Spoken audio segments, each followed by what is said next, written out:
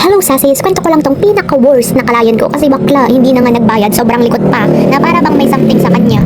Dito mga may nag-dehydrate at primer na ako ng nails ng babaeng to. And then hindi ko na pinakita yung pag-prep niyan kasi bakit? Charis, dito mga may nagsusukat na ako ng soft gel tips saan. Malamang sa nails niya, hindi na naman gumagamit ng common sense dyan.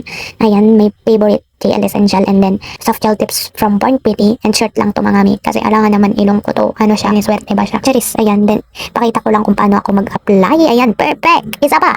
Ay, perfect talaga! Ayan, nikabit mo lang siya mga bakla at wag nyo pala siyang sasagad mga ate ko. Huy, ano daw? Ate, i-cure mo yan for 30 seconds and then sabi ko sa kanya, wag na ikat kasi pakialamera ako mga bakla.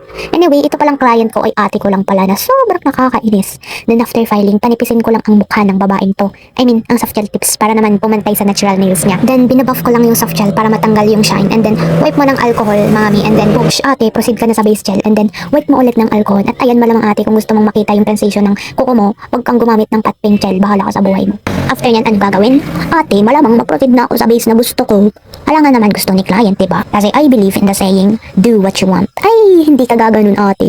After nyan, wala na, hindi ko na tinapos kasi nabwisit ako sa taong to. Charis! Ayan bakla, biglang nagpapansin yung hali ko kasi bakla, nag-brown out na naman kaya malamang i-open mo yung flashlight mo at walang makakapigil sa amin. Then bumalik din naman agad yung kuryente kasi bakit hindi? Charis, then muntik ko na talaga majumbag tong tao na to kasi bakla, tapos kung paghirapan yung French tips, biglang nasagi sa UV lang. Siyempre, aayusin natin yan mga B kasi may pageant sila ng twin ko. Edi, keo. Then itap coat mo na yan mga B at Bogs. After ng lahat, bigla siyang na-stroke kasi tingnan mo naman na baka na bang papalayasin ko na to.